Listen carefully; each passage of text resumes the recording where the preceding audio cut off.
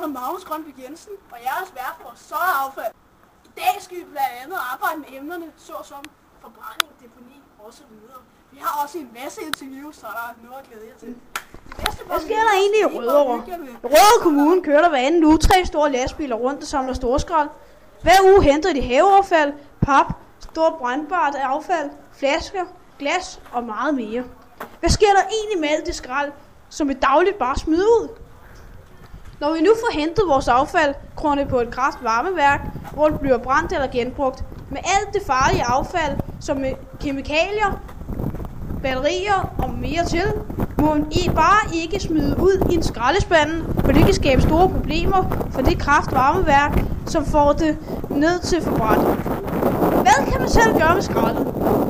Der er allerede rigtig mange familier, som for eksempel har 2 skraldespande, hvor det bliver metal i den ene og plastik og glas i den anden. Det er faktisk en ordning, vi alle sammen skal have efter nytår. Der skal vi sortere vores skrald i forskellige skraldespande.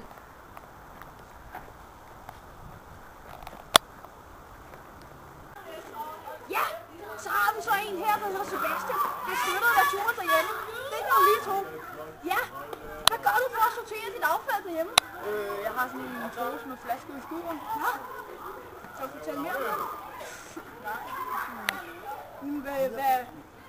Når jeg har drukket en sodavand, samler I den så ned i den pose der? Ja. Nå, hvad bruger du så de flasker til? Hvad skal du røde op, og hvad gør du? Efter noget tid, når brugt en kvalitet op, så går jeg over i Fakta, og så går jeg Er der gode penge i det? Ja. Kan du godt finde på at gå og samle flasker i din tænke, for eksempel? Andre folks flasker? Nej, ikke rigtigt. Hvad kender du nogen form for kraftvarmeværker her i omegnen? Ja. Nå, hvad hedder det kraftværk? Vestforbrænding. Vestforbrænding? Nå, jamen der er en sjov kugle. Ja, men gør du nogen form for genbrug, altså genbruger du noget andet end flasker? Det ved jeg ikke, det er lidt sikker på. Ja, okay, men vi skal have tak for dig, Sebastian. Så nu vil vi gå videre til nogle rigtige folk. Hvad gør du med dit affald? Det gør ikke specielt meget. Vi har en eller anden klam genbrugsstimmerlemmer ude i haven, men den begynder snart at mugne op, så jeg tror ikke rigtig, at jeg gør så meget med mit affald. Slukker lyset, men det er ikke affald. Nej, jeg gør ikke rigtig noget med mit affald. Jeg smider det ud i en skraldespand, og så genbruger jeg aviser, og så kaster jeg resten i hovedet på min bror. Så jeg ved ikke rigtig, hvad jeg gør. Stop affald. Tak. Det er fint, det er skide godt, Kim, der. Tak skal du have. Ja, nu står vi så med Jannik Pedersen. Og Jannik, hvad ved du om Vestforbrændingen? De brænder skrald af, så det giver varme og energi. Nå, kan du ikke fortælle lidt mere? Nej. Okay, men hvad ved du så om forbrænding? Det er affald, der bliver forbrændt. Det giver varme og energi. Okay, får du energi fra Vestforbrændingen? Det tror jeg. Jeg ved det ikke. Ved jeg simpelthen ikke. Nej. Nå, interessant. Børn i disse dage, de ved ikke, hvor de får energi fra.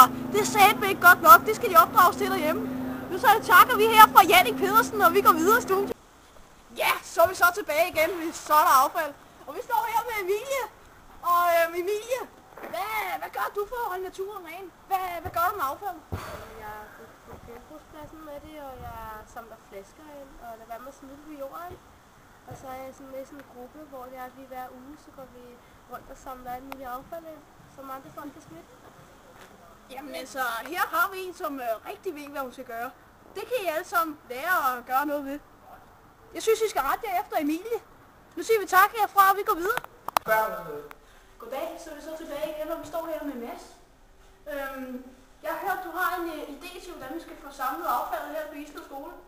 Jo, det går ud på, at nogle weekender, det kan også være hverdag, at man så samler en gruppe folk, som man så går ud på gaderne i Island skole for eksempel, og cleaner det hele for affald, og flasker og sådan noget. Det tager man til praktik, tjener penge på det, hvad skal man sige, de ting, der kan genbruges, det smider man så til genbrug, og så har man gjort lidt for Danmark, kan man sige. Men jeg synes, det lyder rigtig godt, Mads, men hvordan har du tænkt dig at få indført det her på Islev skole? Hvordan har du tænkt dig at sprede dit budskab? Jeg har en god ven, som er Jannik, som er elevrådsformand. Og han har tænkt sig, at jeg snakker med ham og spørger, om han vil føre ud til næste elevråd. Og der har de så snakket om, at de er måske friske på at finde noget, der kunne være lignende, og finde noget, en weekend eller sådan noget, hvor man cleaner det hele. Ligesom vi før har haft i tiden, hvor man har gjort det rent på hele skolen og affald med affald. Jamen, det lyder rigtig godt, Mads. Vi siger tak herfra.